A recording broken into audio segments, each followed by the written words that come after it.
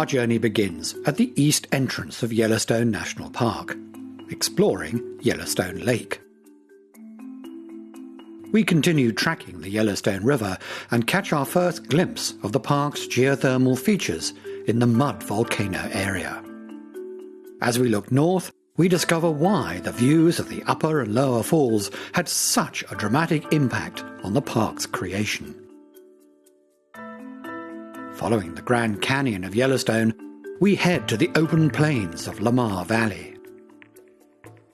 At the northwest corner of Wyoming, we understand why the park is a national treasure, starting with the Mammoth Hot Springs. Venturing southward, exploring the geothermal basins of the Yellowstone crater, we arrive at its most famous feature, Old Faithful, in time for a spectacular finale to our journey.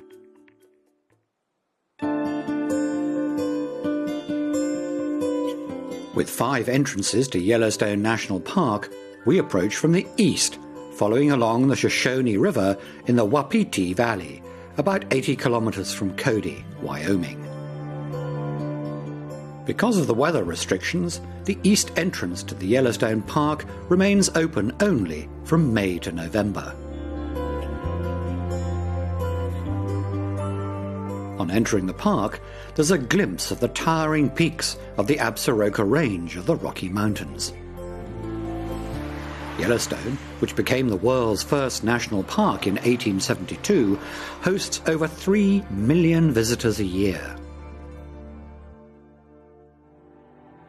Access to the park from the east is made possible by the Sylvan Pass, maintained to allow winter travel by snowmobile or snow coach. It was named after Sylvan Lake, which rests along the route. As we continue along the pass, we come to Yellowstone Lake, the largest body of water in the park. Its basin is part of the massive Yellowstone crater carved from the volcanic eruptions over 600,000 years ago.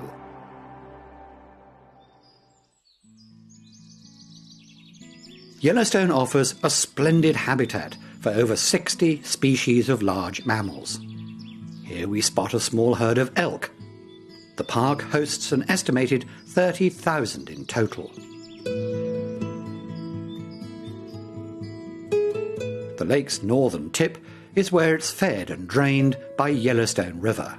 A fishing bridge crosses at this meeting point, a spawning area for the native cutthroat trout.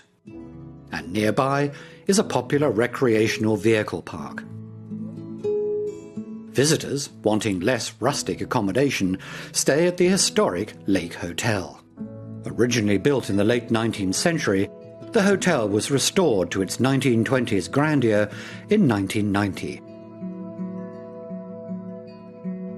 The Yellowstone River is a main tributary of the Missouri River and drains nearly an 1,100-kilometre stretch of the Rockies.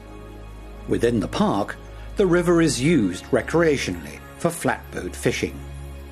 The words Yellow Stone were recorded by Lewis and Clark during their famous expedition after meeting with the Minotari Indians near the river in 1805.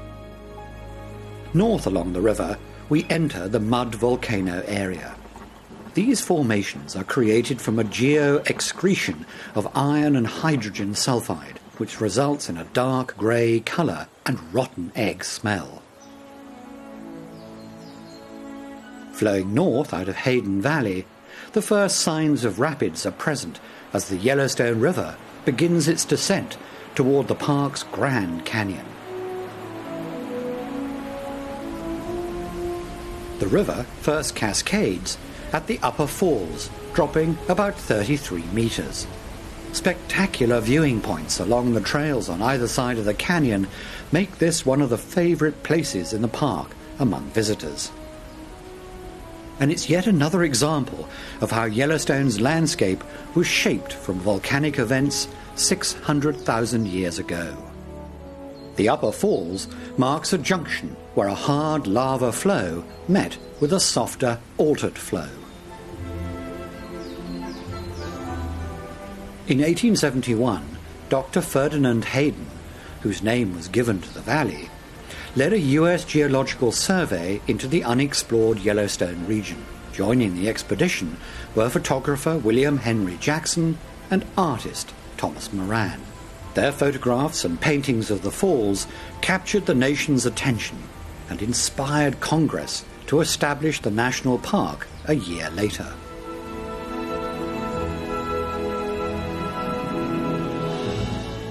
The Yellowstone River continues to flow another half-kilometre before taking a much bigger plunge that will take it to the mouth of the Grand Canyon. The lower falls drop 94 metres and is the tallest waterfall in the park, nearly twice the height of Niagara Falls. It's also the largest volume of falling water in the Rocky Mountains. And this is the famous vantage point along the canyon that was immortalised in the famous painting by Thomas Moran, which now hangs in the White House.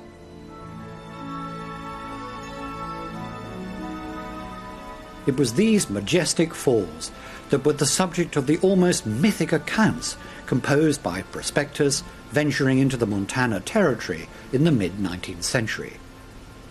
Frontier newspapers printed claims that the falls were thousands of feet high and referred to it as the most sublime spot on Earth.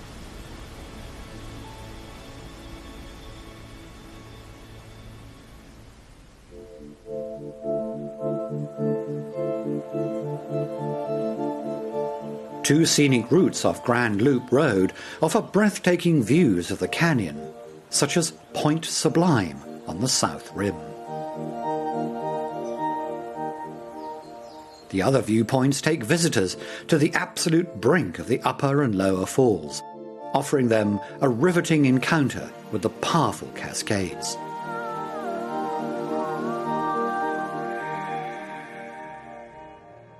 Some 10,000 years after the volcanic eruptions in Yellowstone, lava flows filled the region. One of these was a canyon lava flow, leaving a thermal basin shaped from the hot steam and gases that altered and weakened the lava. Other flows blocked lakes and created overflowing lakes that further moulded the Yellowstone Canyon. The park contains several broad, open valleys, such as the Lamar Valley in the park's northeast corner. Packhorse treks are very popular for guided camping tours. Organised trips can last as long as 10 days as visitors venture into the heart of Yellowstone's tranquil wilderness.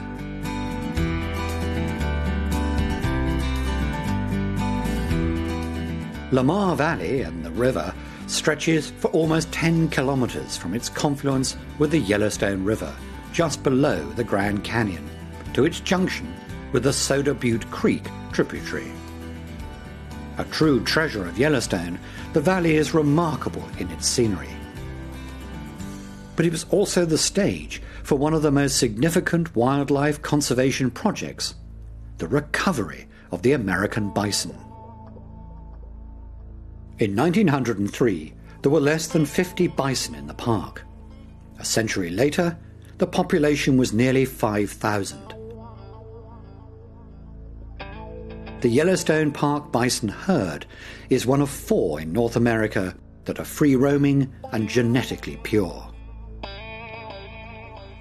27 kilometers north of the canyon, a small creek shoots off the Yellowstone River and flows south to the park's third notable cascade, Tower Fall, which stands 40 meters tall. Named for the volcanic formations that surround it, the park offers a breathtaking view from an overlook that draws visitors in droves.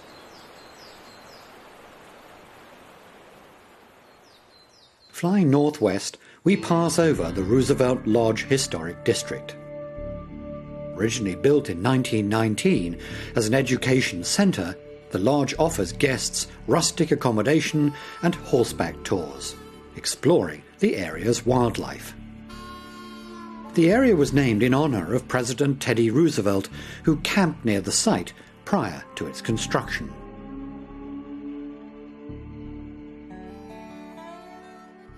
Here we witness another popular tourist attraction, stagecoach rides. Once the primary mode of transportation for guests, who traverse the park for days along dusty roads, stagecoaches offer a nostalgic adventure through the sage-covered fields of Pleasant Valley.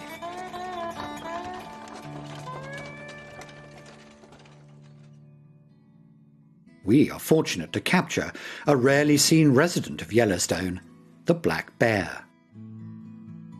The park actually has a sizable population, as opposed to the estimated mere 300 grizzlies that take residence in the park. Although this bear is seen in the open meadow, black bears are usually found in timber areas.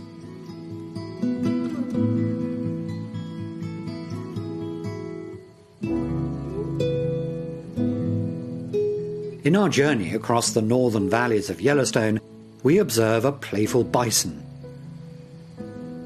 These animals are quite nomadic, migrating high to these grassy plateaus in the summer to mate.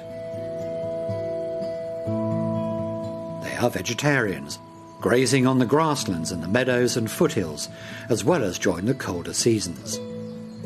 Bison are the biggest of the park's animals, and it is believed that the Yellowstone bison habitat is the only one in America to have existed since prehistoric times.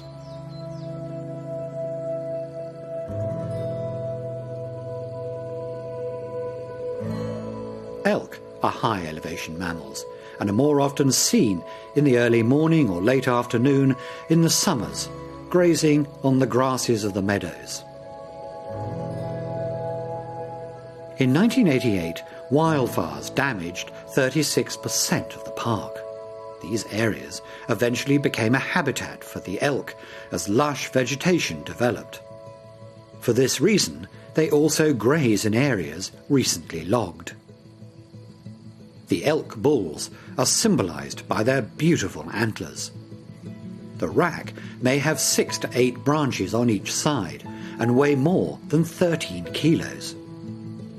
By March or April of each year, the bull completely sheds its antlers, then begins to regrow them, starting in May until August.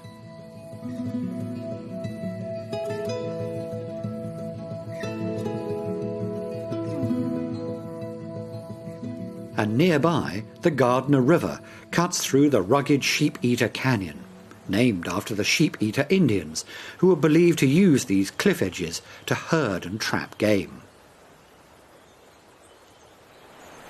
Today, a spectacular trail along the canyon brings hikers to one of Yellowstone's best-kept secrets, the Osprey Falls.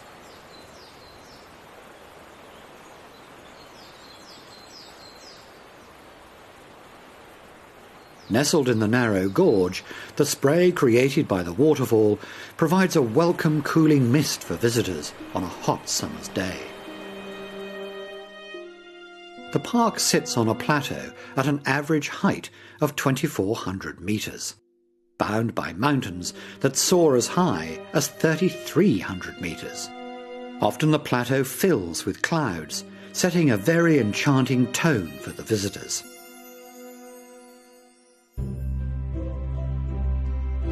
Nestled between Mount Everts and the Mammoth area, about 8 kilometres from the north entrance, is Yellowstone Park's headquarters. A series of red-roof buildings constructed in the late 1800s and early 1900s. For most of its early existence as a national park, Yellowstone was operated by the US Cavalry, with this area serving as an army post for 32 years. The stone buildings house 400 occupants. In 1918, the Army turned over control of the park to civilians, who have maintained Fort Yellowstone as the park's headquarters ever since. The historic Army buildings now serve as offices and resident housing. Additionally, there is a medical clinic and the Albrecht Museum, which chronicles a history of the park's residents. Adjacent to the Fort Yellowstone district lies a magical white hillside, blanketed in calcium carbonate. This geothermal wonder of nature, the Mammoth Hot Springs, is a large complex of limestone terraces appearing in white, tan and cream-coloured varieties. A circuit of boardwalks and stairs allow explorers to navigate through the impressive displays of step-like sedimentary rock. Each of these formations exhibits individual character, such as the now extinct Liberty Cap, a 14-metre cone formed from hot water emanating from a single source.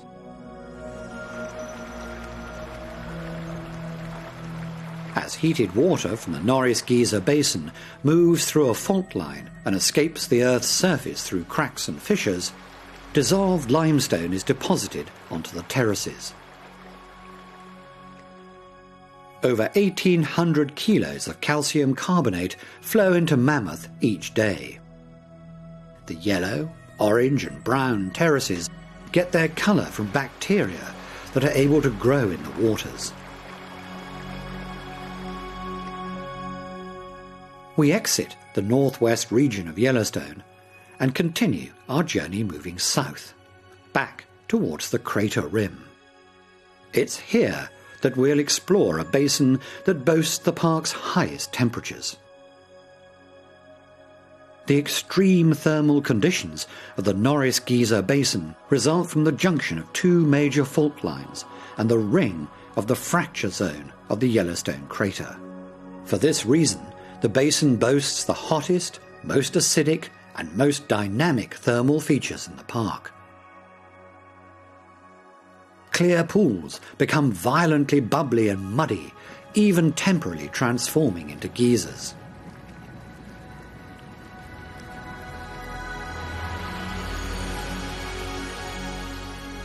Within this basin, we see a hot spring with prismatic characteristics, developed from the pigmentation of the bacteria that grows in this mineral-rich water. Near the western entrance is the origin of the Madison River at the confluence of Gibbons and Firehole rivers, overlooked by National Park Mountain. This place is known as Madison Junction, and legend has it that this is the site where leaders of the 1870 Washburn expedition first conceived the idea of creating a national park while sat around a campfire. Continuing south, we examine the lower Geyser Basin, with thermal features that are scattered in small clusters, spread out mostly on open meadows along the Firehole River. We concentrate on the Fire Lake and the fountain groups, known for its multicoloured mud pots. The basin also delights spectators with its fumaroles and geysers, as well as bubbling pools and hot springs. The White Dome ejects water and steam through a 6-metre-high pinkish-white cone. The lower basin geyser has many areas of high activity, such as the Firehole and Hot Lakes, which drain from a tributary of the Firehole River. The aptly named Steady Geyser is the largest constantly erupting geyser in Yellowstone and the world. The Fountain Paint Pot group is the most diverse cluster of thermal features in the lower basin, with hot springs, mud pots, geysers and fumaroles. The Clepsydra geyser, a name derived from the Greek word for water clock, has 4 vents, spewing water in 2 different phases. Clepsydra's wild phase can last 3 to 6 hours.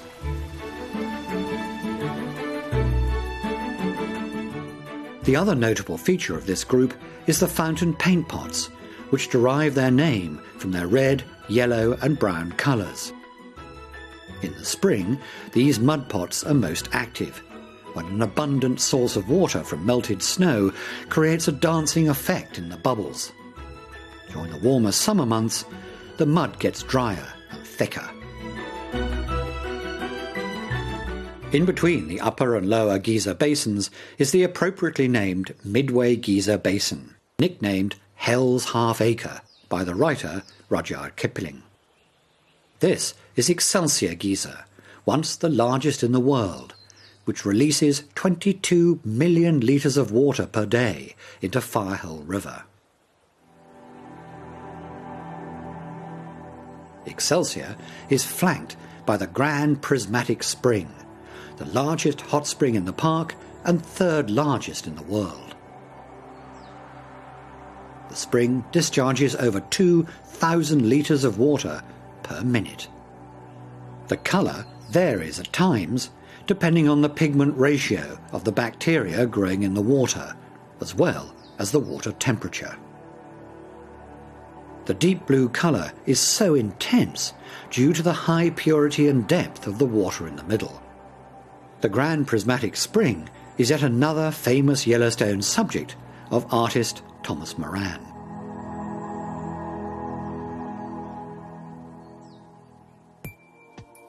Moving along to the Upper Gizas, we focus on an isolated group called the Black Sand Basin, highlighted by its colourful hot springs such as emerald and rainbow pools.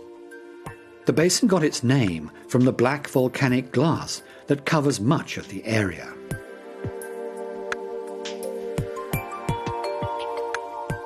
Another famous feature of the Upper Gizas is the most unusually shaped Grotto Giza. The gusher formed around stumps of dead pine trees, destroyed by an earthquake thousands of years ago. With a clear view of the old faithful Giza, the inn of the same name has operated as a hotel in the park since 1904. Constructed of locally grown pine, it is the largest log hotel in the world. The foundation and the massive fireplace inside were made from the volcanic stone that is dominant in the park.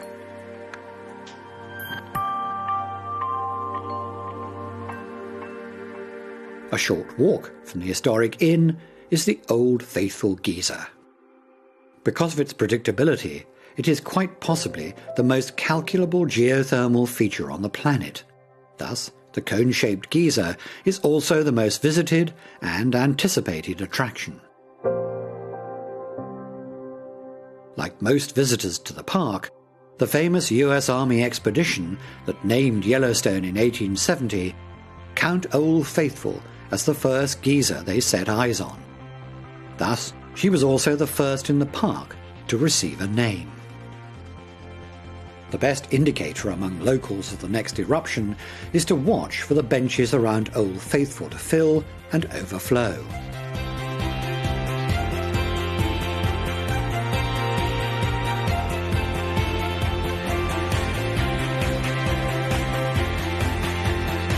Old Faithful begins each performance with a prologue of splashing and small jetting for a period of up to 20 minutes.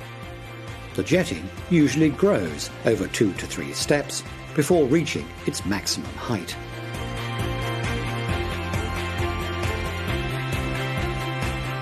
Ranging 32 to 56 meters in height, it shoots out between 14 and 32,000 liters of water. Predictions of Old Faithful's next eruption are based on the duration of its previous blast, which average 2 to 4 minutes. The intervals between eruptions average about 90 minutes, and times are estimated 1 eruption in advance. Old Faithful is indeed both a symbol of Yellowstone Park and an American icon. A perfect place to end this journey.